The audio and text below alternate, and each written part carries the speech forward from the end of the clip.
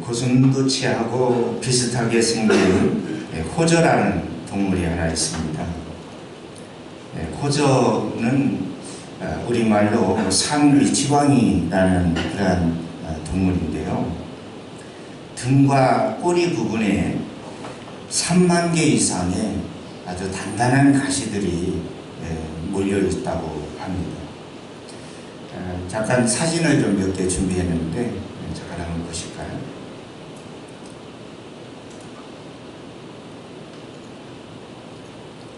네, 이게 이제 호저입니다. 특히 이제 등하고 꼬리 부분에 고슴도치처럼 가시가 많이 붙어 있는 것을 보게 됩니다. 또 다른 거 하나 보여주시죠. 네, 호저는 이제 야생동물이죠. 우리나라에서는 이제 주로 보게 되는 게 고슴도치인데 외국에서는 이렇게 호저가 많이 자라는 것 같습니다. 하나 더 볼까요? 예, 호저에게 가까이 갔다가 저렇게 얼굴에 가시가 찔린 저게 아마 암사자인 것 같습니다. 암사자의 모습인 것 같은데 저렇습니다. 예. 여러분, 호저는 혼자 지내는 것이 너무 외로워서 때로 친구에게 좀 가까이 하고 싶고 또 외로움을 달래기 싶어서 친구에게 다가갑니다. 근데 친구를 가까이 하면 가까이 할수록 또 다가가면 다가갈수록 친구에게 상처를 줍니다. 수많은 가시로 친구를 찌릅니다. 그래서 결국 호저는 혼자 되고 맙니다. 혼자 살다가 또 혼자 지내다가 외로움이 몰려오면 또 친구를 찾아갑니다.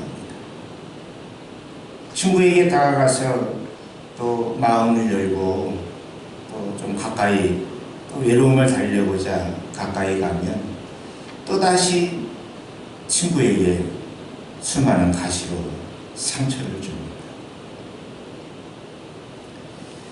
여러분, 이러한 호저의 삶은 때로 오늘 저와 여러분의 삶이 아닌가 그런 생각을 해보게 됩니다. 우린 다른 사람들에게 마음을 열고 다가가면 돌아오는 것은 때로 상처만 돌아옵니다. 이제 더 이상 그 누구에게도 마음을 열지 않으리라. 그 누구에게도 친구 삼지 않으리라.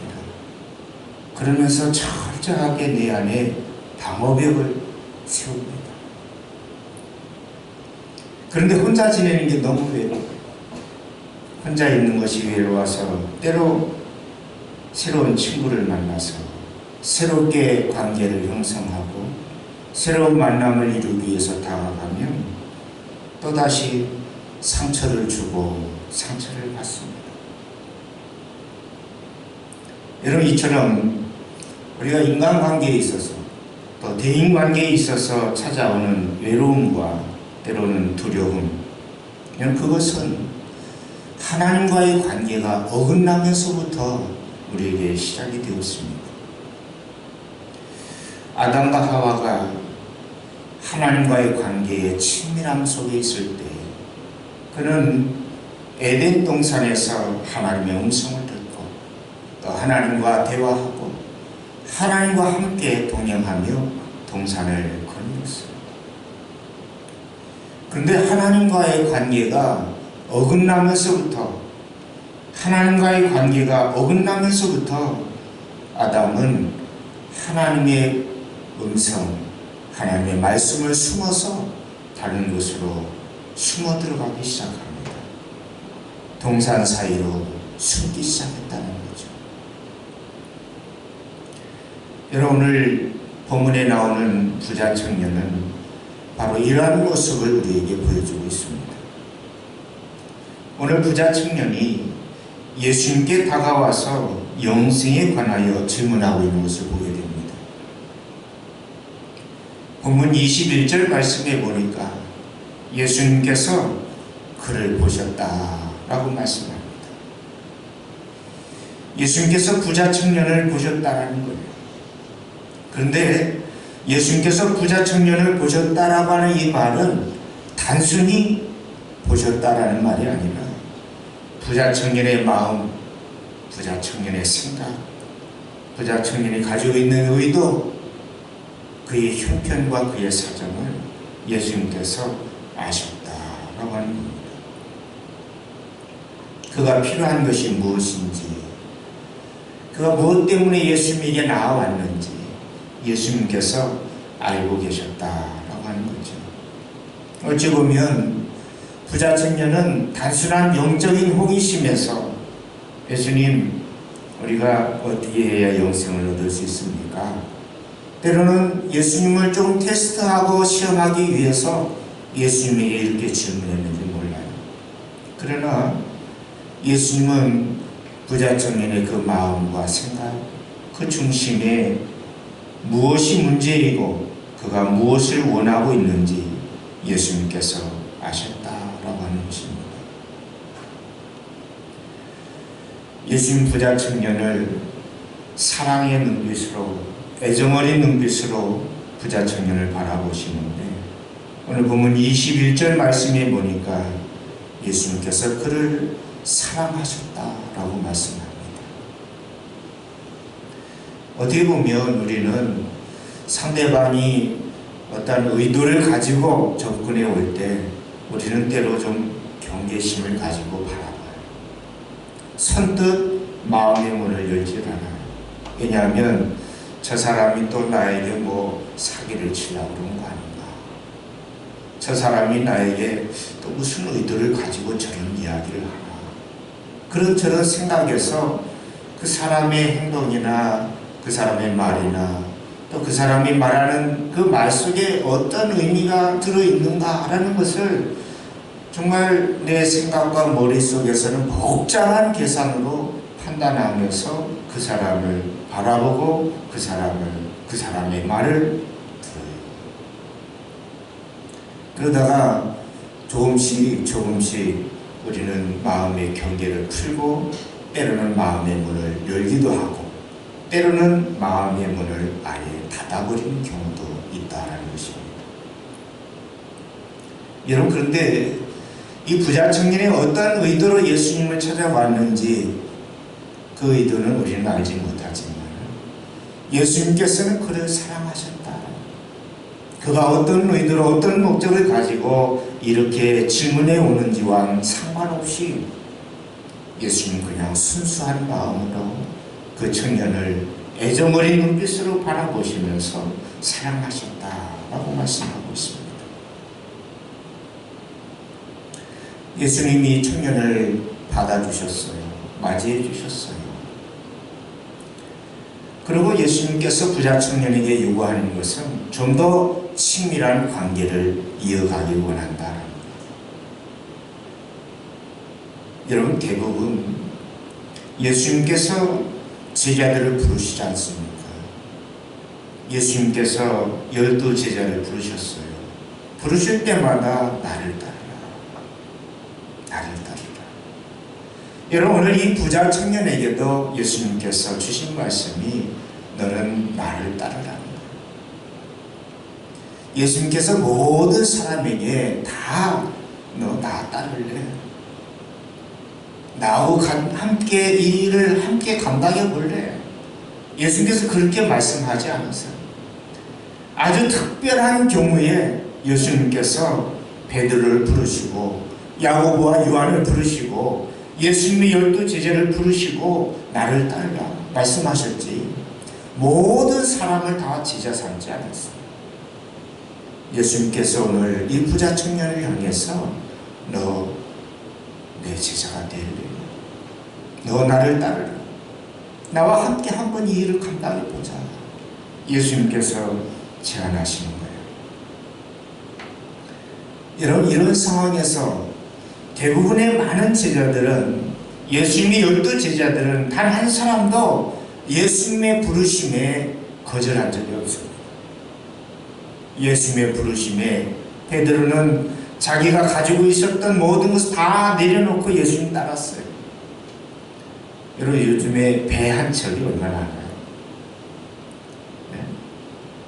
요즘 귀농하시는 분들도 많이 있고 또 기여하시는 분들도 많이 있는데, 보통 이제 기여하시는 분들은 바닷가 근처에 또 집을 하나 얻고 또 그쪽에서 생계를 이어가야 되니까 배를 하나 장만을 해서 또 어업에 또 이런 일들을 배우고 가는 그런 모습들을 우리가 보게 되는데, 베드로는 당시 배가 있었어요.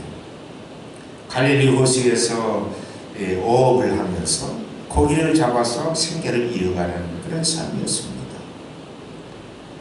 베드로에게는 함께 일하는 아마 인부들도 있었던 것 같아요. 혼자서는 일을 할 수 없으니까 바다 일을. 그런데 예수님께서 베드로에게 나를 따르라. 내가 너로 하여금 사람을 낚는 어부가 되게 하리라. 예수님 말씀하실 때에 베드로는 앞, 뒤 생각 안 하고 자기가 가지고 있는 거 다 내려놨어. 그거 배 누가 어떻게 하든지, 그 고기 잡은 거 그거 누가 어떻게 하든지 그거 생각하지 않고 그냥 예수님 따라가는 거예요. 대부분의 많은 제자들이 예수님 불러주셨을 때에, 예수님 나를 따르라고 말씀하셨을 때에 대부분의 많은 제자들이 많은 생각 안 하고 가지고 있었던 거, 함께 일하고 있던 부모님까지도 다 버려두고 예수님 따랐다라고 말씀해요. 여러분, 그런데 오늘 본문에 나오는 부자 청년은 예수님께서 나를 따르라는 말씀에 머뭇거려요. 부자 청년은 예수님의 부르심에 응답해야 됩니다. 예수님께서 부자 청년을 부르실 때는 너하고 나하고 좀 더 가까운 사이가 좀 되었으면 좋겠다. 너하고 나하고 좀 더 친밀한 관계를 이루고 살아가면 좋겠다.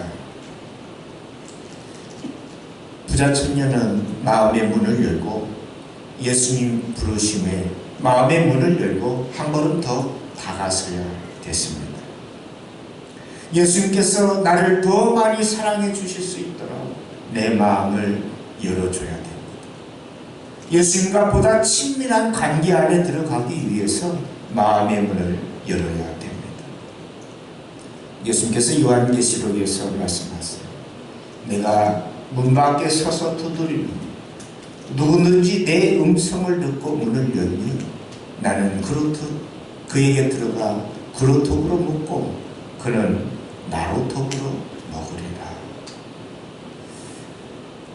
여러분, 우리는 예수님 부르심에 우리는 여전히 예수님을 문 밖에 세우고, 오늘 부자 청년처럼 예수님께서 부자 청년과 보다 인격적인 관계, 보다 친밀한 관계를 맺고자 하시는데, 그러면서 부자 청년을 향해서 너 나 따를래? 너 나와 함께 할래? 예수님의 부르심 앞에서 부자 청년은 마음의 빗장을 걸어잡고 마음의 문을 열려고 하질 않아요. 그는 어려서부터 말씀을 많이 들었어요. 어려서부터 부모님으로부터 신앙 교육을 철저하게 받았습니다. 어디에 보면 구약 성경을 1년에 여러 번 구약 성경을 읽고 또 율법의 말씀을 달달 외울 정도로 아주 착실하고 또 성실한 신앙생활을 감당했던 사람이 바로 부자 청년입니다. 그래서 예수님께서 말씀하세요. 내 부모를 공경하라. 살인하지 마라. 도둑질하지 마라. 뭡니까? 율법에서 말씀하신 계명이. 그 말씀할 때에 부자 청년이 뭐라고 얘기하냐면, 예수님, 저는 어려서부터 그 말씀을 철저하게 지켜왔습니다. 안식일을 범한 적도 없고요. 성경에서 하지 말라고 하는 거, 먹지 말라고 하는 거 철저하게 지키면서 살아왔습니다. 여러분, 그런데 예수님께서 이 부자 청년에게 요구하시는 것은, 그래, 잘했다. 근데 그거 머릿속에만 아는 거, 머릿속에만 담아두고 있는 그 지식, 너는 거기에 머물러 있다는 거예요. 알고 있는 것에서 지나지 않다는 거죠. 여러분, 그런데 예수님은 이 부자 청년에게 말씀하시기를, 너하고 나하고 좀 더 인격적으로 만나고 싶다는, 머릿속으로 알고 있는 어떠한 지식, 성경에 대한 지식, 거기에 머물러 있지 말고 그 말씀을 어디로? 마음으로 새기고 하나님과 보다 인격적인 만남, 그 관계 안으로 들어와라. 예수님 초대하고 있는 겁니다.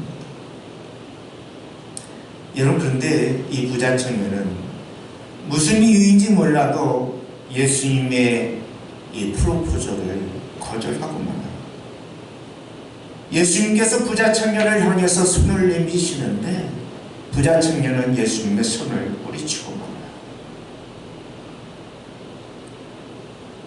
부자 청년은 예수님의 말씀 때문에 마음에 상처를 받아요.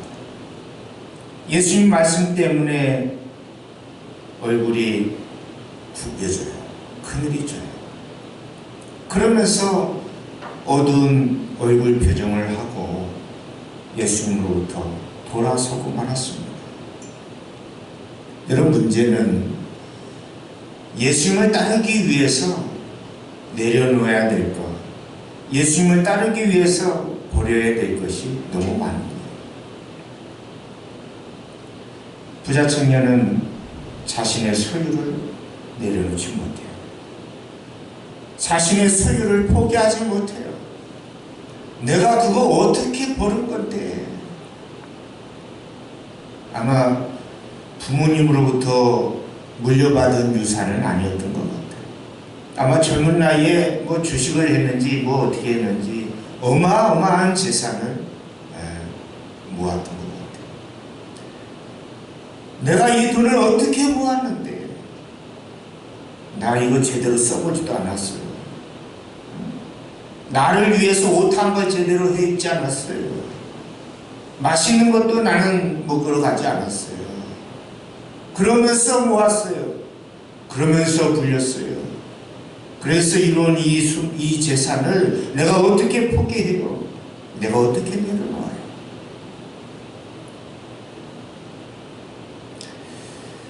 예수님의 이 부자 청년을 향한 예수님의 사랑은 결국 짝사랑이 불과했어요. 예수님 혼자 사랑하고 예수님 혼자 마음에 품고, 예수님 이런 부자 청년을 향해서 오늘 뭐라고 말씀하시냐면, 낙타가 바늘귀로 나아가는 것이 부자가 하나님 나라에 들어가는 것보다 쉬우니라 라고 말씀합니다. 여러분, 예수님 당시에 밤이 되면 예루살렘 성문을 통제했다고 해요. 그래서 밤이 되면 성문을 출입하는 사람들을 제한하기 위해서 성문을 굳게 걸어잡았다고 합니다. 그런데 불가피하게 예루살렘 성문을 또 출입해야 되는 사람들이 있어서 그 사람들을 위해서 그 성문 옆에 조그마한 쪽문을 하나 만들어 놓았다는 거예요. 근데 이 예루살렘 성문 옆에 나 있는 이 조그만 문은 너무 작아. 사람 한 사람 또 간신히 이렇게 삐죽고 나갈 만한 아마 그런 조그마한 문이었던 것 같습니다.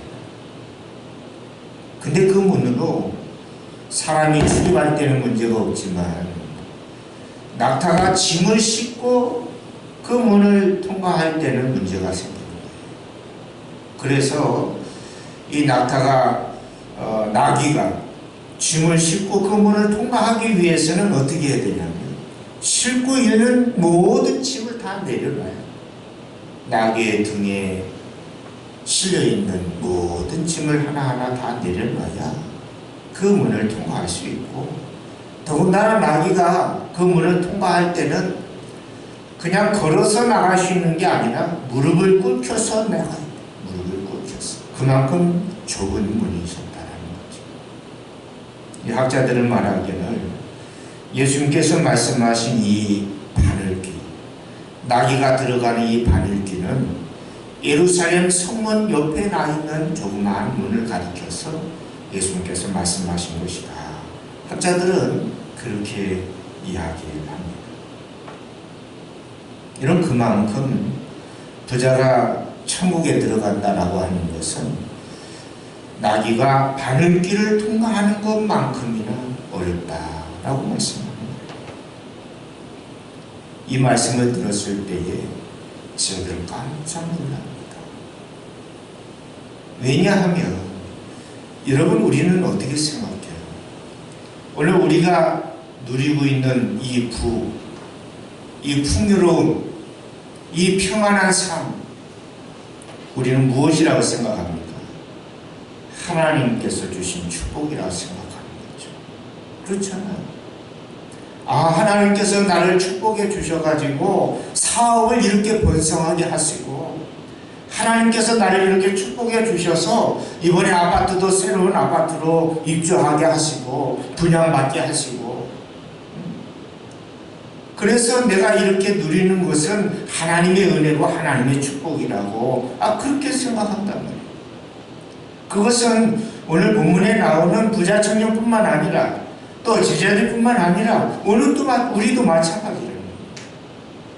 오늘 우리가 누리는 이 평안함과 이 풍요로운 삶, 하나님 축복이라고 생각하며 살아왔는데 예수님께서 뭐라고 말씀하십니까?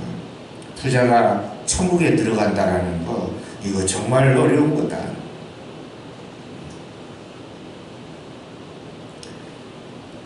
여러분, 성경을 보면 삭개오에 대한 이야기가 나옵니다. 삭개오는 예수님을 보기 위해서 뽕나무 위에 올라갔어요. 보통 그 나무를 타고 올라가는 건 보통 누가 나무 위에 올라가나요? 어른이 나무에 올라가는 경우는 별로 없죠. 아이들이나 또 학생들이나 젊었을 때에 놀이 삼아서 재미 삼아서 나무 위에 올라가죠. 근데 삭개오는 키가 작았다는 거죠. 예수님께서 지나가신다는 얘기를 듣고 예수님 한번 보려고 뽕나무에 올라갔습니다. 그것도 어른이. 근데 삭개오가 예수님을 보려고 뽕나무에 올라갔는데 정작 누가 삭개오를 보냐면 예수님께서 삭개오를 보세요. 삭개오는 예수님 보고 싶어서 뽕나무에 올라갔지만 예수님께서 삭개오를 보세요. 그리고 삭개오에게 하시는 말씀이 삭개오야 내려오라 라고 합니다. 삭개오는 순간 마음이 저려오는 것을 느꼈을 거예요. 왜냐하면 그동안 사람들은 자기에게 아무도 관심을 가져주지 않았어요. 사람들은 그동안 그 누구도 삭개오에게 주목하지 않았습니다. 또 삭개오의 말을 걸어주는 사람도 없었어요. 근데 예수님께서 삭개오에게 말씀하시기를 내가 오늘 내 집에 거하여야 되겠다. 여러분, 보통 우리가 손님을 집으로 초대하는 경우 쉽지 않지. 가까운 사이가 아니면 쉽게 손님을 내 집으로, 내 방으로 들이질 않아요. 예전에는 신방을 하면 집집마다 교자상이 한 3개 정도, 적어도 2개 이상은 다 집집마다 하나씩 있었어요. 그래도 밥그릇, 숟가락, 이런 그릇도요, 한 20명 정도 식사 대접할 수 있는 그러한 식기류가 준비가 되어 있었어요. 근데 요즘에는 어때요? 집안에 그런 교자상 같은 거 혹시 지사님 있으세요? 없죠? 그냥 2식구 혹은 자녀들 오면 4식구 앉아서 먹을 만한 조그만 식탁 하나밖에 없어요. 그런데 손님을 누구를 초대할 수 있습니까? 초대해도 대접할 수 있는 숟가락 하나도 없는데, 요즘엔 그런 시대 아닙니까? 여러분, 손님을 집으로 초대한다라고 하는 것은 쉬운 일이 아니에요. 가까운 사이가 아니면 초대하지 않아요. 여러분, 그런데 더군다나 그 집에 머물러서 하루 저녁을 잔다는 거예요. 잠시 한번 몇 시간 머물다가 식사하고 돌아가는 거, 거기서 끝나는 게 아니고요. 그 집에서 하루 저녁 자겠다는 거예요. 친밀한 관계에 이르지 않았으면 사실 그렇게 하는 것은 쉽지 않다라고 하는 것이죠. 여러분 어떻습니까? 근데 예수님께서 이 삭개오의 집에 들어가겠다고 말씀하셨어요. 그동안 삭개오는 그 누구도 자신의 집으로 들인 적이 없어요. 자신의 집으로 손님을 맞이해 본 적이 없어요. 그런데 삭개오 집에 예수님께서 가시겠다는 거예요. 얼마나 흥분되고 얼마나 기쁜 일인지 모르겠습니다. 삭개오가 설레는 마음으로 정말로 이 마음에 얼마나 설레는 마음이 있는지, 그래서 그 삭개오는 내려와서 예수님을 영접해요. 여러분, 그런데 삭개오라고 하는 이 이름에 그 의미에는 어떤 뜻이 담겨 있냐면 깨끗한 자, 그런 의미가 있어요. 삭개오의 뜻에는 깨끗한 자 또는 의로운 사람, 그런 뜻이 삭개오의 이름이 들어있어요. 그 이름이 여러분 좋아요, 나가요? 좋죠? 깨끗한 사람, 의로운 사람. 삭개오의 이름을 부를 때마다 삭개오는 어떤 사람이라는 거예요? 저 사람은 참 깨끗한 사람, 저 사람은 참 의로운 사람이야, 그런 마음을 늘 가지고 그 사람들이 그렇게 불러주는 거 아닙니까? 네, 그런데 정작 삭개오가 그렇게 살아가고 있느냐? 그렇지 못하고. 왜냐하면 그는 순결한 삶을 살지 못했습니다. 로마가 이스라엘 통치하고 있을 때에 세금을 받으려고 여리고에 이 세금을 거둬들이는 데 있어서 전체적인 책임을 맡은 사람을 누구로 세웠냐면 삭개오로 세웠어요. 근데 삭개오는 원래는 그런 사람이 아니었던 것 같아요. 원래는 그렇게 부자가 아니었던 것 같아요. 그런데 그 일을 하면서부터 삭개오가 부자가 된 거예요. 삭개오의 입장에서는 어땠습니까? 하나님께서 축복해 주신 거라 생각했죠. 하나님께서 나처럼 보잘것없고 키도 작고 나처럼 연약한 사람을 이렇게 로마의 세금을 걷어들이는 총책임자를 맡겨주셔가지고 이렇게 나를 부자가 되게 만들었다는 거죠. 근데 삭개오가 세금을 걷어들이면서 로마에 내야 될 세금이 있어요. 근데 로마에 내야 될 세금만 걷어들인 게 아니라 여기에다가 이만큼 부풀려. 그래서 로마에는 요만큼만 내고 부풀린 걸 내 호주머니에 챙기는 거죠. 삭개오의 이름에는 청결한 사람, 의로운 사람이라는 뜻을 가지고 있지만 정작 그는 세리장으로서 세금을 걷어들이는데 그렇게 의롭게, 그렇게 청결하게 그렇게 하지 못했다는 거예요. 누구나 다 알아요. 왜냐하면 그 사람이 과거에는 그렇게 여유로운 삶을 살지 못했거든요.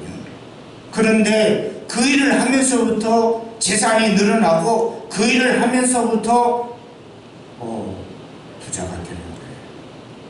그런데 백성들은 어떻습니까? 백성들은 세금을 6%만 내도 되는데 삭개오가 세리장 되면서 7%를 내야 되고 8%를 내야 돼요. 백성들의 삶은 점점 더 힘들어져가요. 백성들이 삭개오를 좋아할 이유가 없습니다.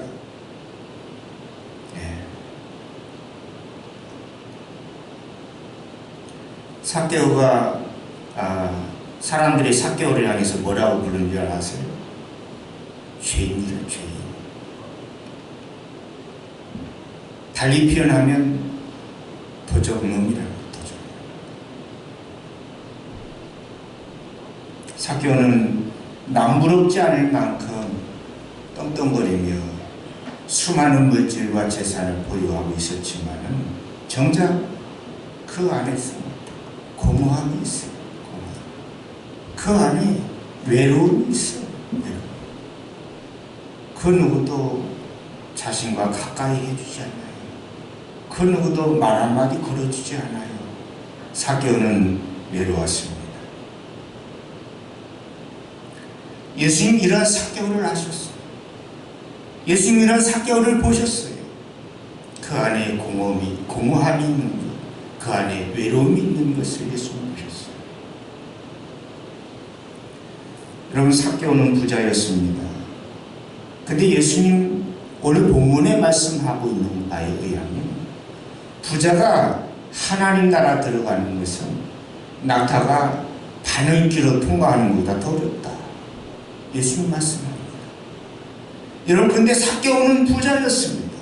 그런데 예수님께서 삭개오를 향해서 말씀하시기를 이 사람도 오늘 아브라함의 자손이다.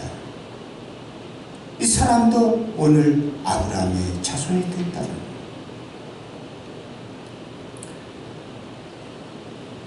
사랑하는 성도 여러분, 오늘 이처럼 삭개오가 바늘길을 통과할 수 있었던 결정적인 이유는 과연 무엇입니까? 오늘 예수님께서 부자가 천국에 들어갈 수 있는 것은 낙타가 바늘길을 통과하는 것만큼 어렵다라고 말씀하셨는데 삭개오는 그 바늘길을 통과했다. 삭개오가 이처럼 바늘길을 통과할 수 있었던 이유는 과연 무엇입니까? 여러분, 그것은 내려놓음의 비결이에요. 내려놓음. 자신이 가지고 있는 것을 내려놓는 것. 자신의 소유를 내려놓는 것. 삭개오는 예수님 앞에 고백합니다. 예수님, 내가 가진 것 절반을 가난한 사람들에게 나눠주겠습니다. 예수님, 그동안 내가 사람들에게 착취한 것, 종량만 받아야 되는데 그 이상 받은 것들, 그거 다 돌려주렵니다. 그런데 내가 착취한 것만 돌려주는 게 아니라 거기에다가 4배를 보태서 내가 다시 다 돌려주겠습니다. 내려놓는 거예요. 내려놓는.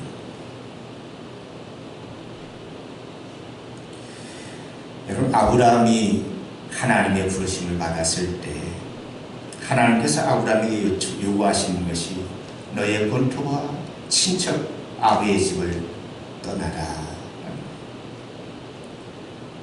삭개오가 아브라함이 하나님의 부르심을 받았을 때에 그는 내려놓아야 될 게 너무 많아요. 포기해야 될 게 너무 많아요. 아브라함이 하나님 부르심을 받았을 때 나이가 75세입니다. 일생 동안 그가 수고해서 노력해놓은 그 모든 땅, 사람들과의 모든 좋은 관계들, 친구 관계, 이웃 관계. 그런데 하나님께서 아브라함에게 요구하시는 것은 떠나라는 거예요. 여러분, 그의 나이 75세에 그가 그동안 이루어 나왔던 모든 것들 내려놓는다는 거 정말 쉽지 않았을 거예요. 근데 아브라함은 하나님의 말씀에 순종하면서 내려놓습니다. 그리고 떠나요. 아버지 집을 떠나요. 고향을 떠나요. 사람들과의 관계를 떠나요. 아브라함은 아들이 없었습니다. 조카 롯이 있었어요. 아브라함도 많은 것을 소유하고 있었던 것 같습니다. 그런데 자녀들이 없다 보니까 그가 가진 것 롯에게 넘겨주려고 생각하고 있었어요. 조카가 하나 있거든요. 내가 가진 것, 내 모든 소유, 나 죽으면 조카한테 넘겨줘야지. 그러면서 롯을 늘 가까이 두고 살았어요. 롯에게는 아버지가 없거든요. 일찍 아버지가 돌아가셨어요. 롯도 아브라함을 아마 아버지처럼 믿고 따랐던 것 같습니다. 그런데 하나님께서는 그 롯도 끊어내게 하세요. 끊어내게 하세요. 내려놓으라는 거예요. 아브라함에게는 자신의 집에서 자신을 위해서 충성 봉사했던 종이 한 사람이 있습니다. 엘리에셀. 아들이 없으니까요. 아니, 아들은 그 사람, 딸도 없으니까요. 내가 소유하고 있는 것 모든 거 다 이 종에게 남겨줘야지. 아브라함은 그런 생각 가지고 있어요.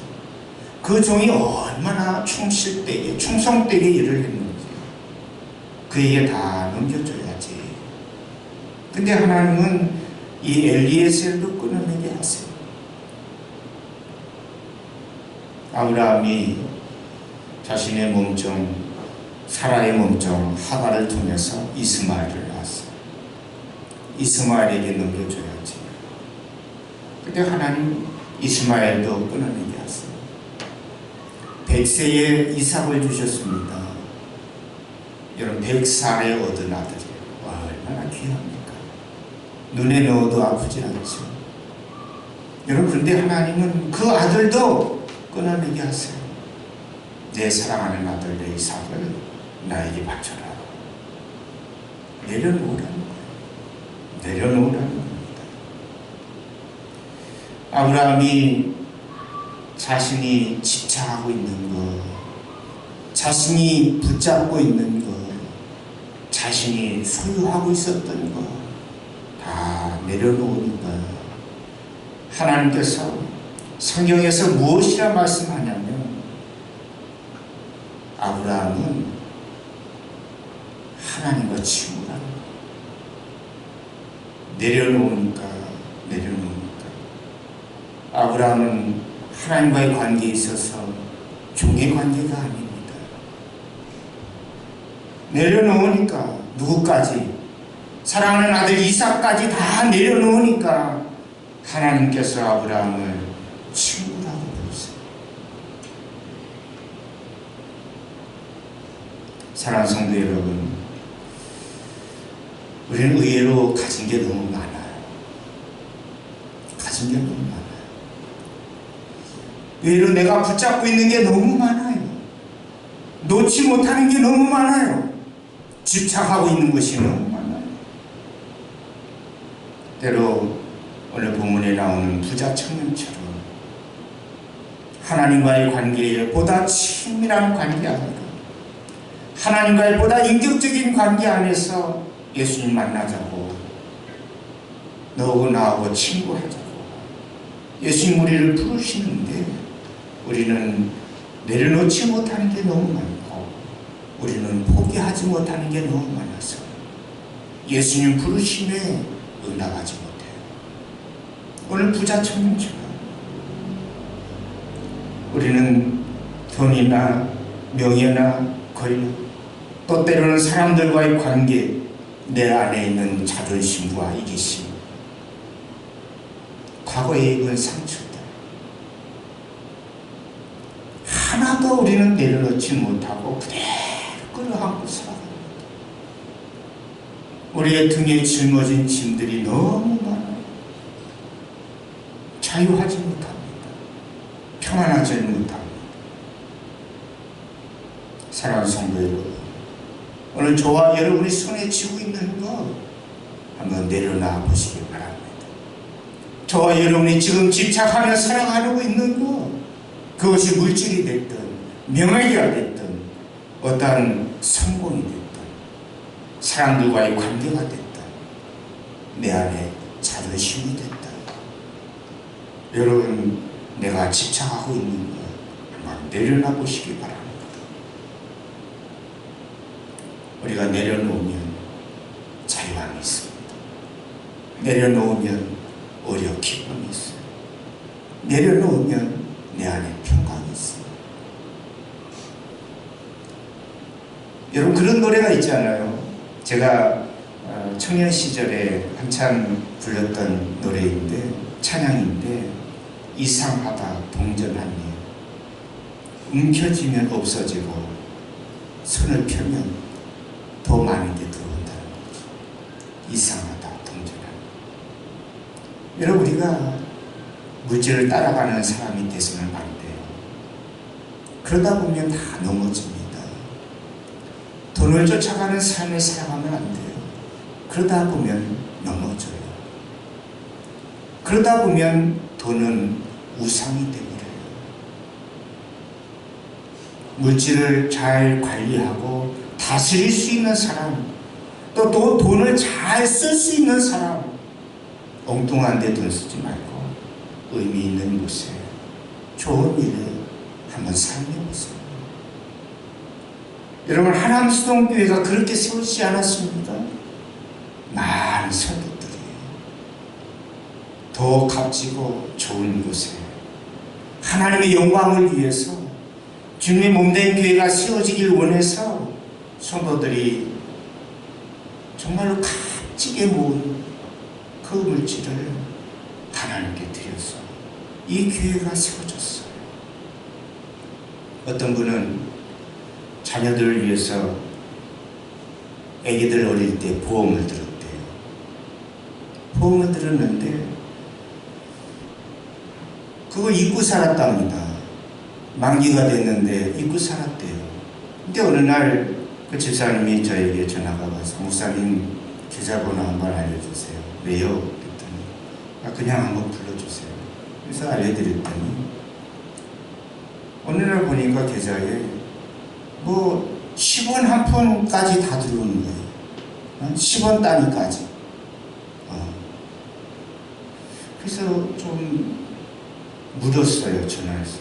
집사님, 이게 무슨 돈이에요? 그랬더니 목사님, 이거 우리 애들 어릴 때 애들 건강보험 들어놨는데 목사님 교회에 세운다고 그러는데 뭐 제가 할 수 있는 게 아무것도 없더라고요.